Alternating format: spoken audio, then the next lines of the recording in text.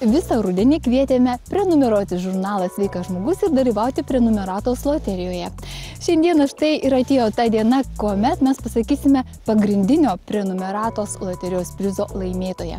Atsitiktinės kompiuterinės atrankos būdu juo tapo ponas Edmundas Miliauskas iš Prienų. Sveikiname poną Edmundą ir kviečiame paskambinti telefonu 837 3315 59 ir susitarti, kaip pasiimti prizą. O prizas tai pakvietimas netgi 3 nakvynėms į Druskininkų vandens parko viešbutį Aqua, į procedūras spa centre Aqua Rojus, individualioms pirčių programoms Druskininkų vandens parko pirčių komplekse ir gydomosioms procedūroms Druskininkų gydykloje. Taigi tikrai puikiai programa savaitgaliui. O dabar trumpai noriu priminti, apie kągi rašoma naujausiame žurnalo Sveikas žmogus numeryje. Kas liko už kadro?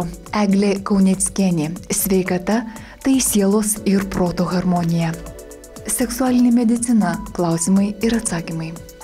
Žiemos sporto ABC – kad malonumų būtų daugiau nei vargo. Skydliaukė nešalinama lengva ranka. Operacijos, jų pavojai ir kaip gyventi po to. Piktnaudžiavimo analgetikais pavojai. Farmakologijos profesoriaus patarimai. Krūties operacija – tai reikia žinoti kiekvienai.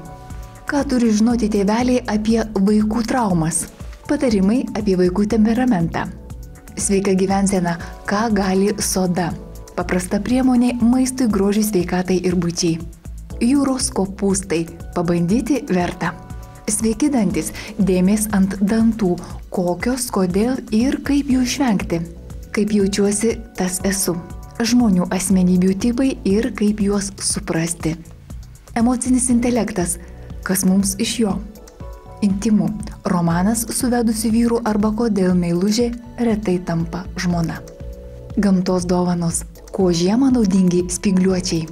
Augalai sportuojantiems – natūrali alternatyva antibiotikams. Na ir laisvalaikiui skruzdėlytės saldytės patarimai kalendorius kryžiažodis.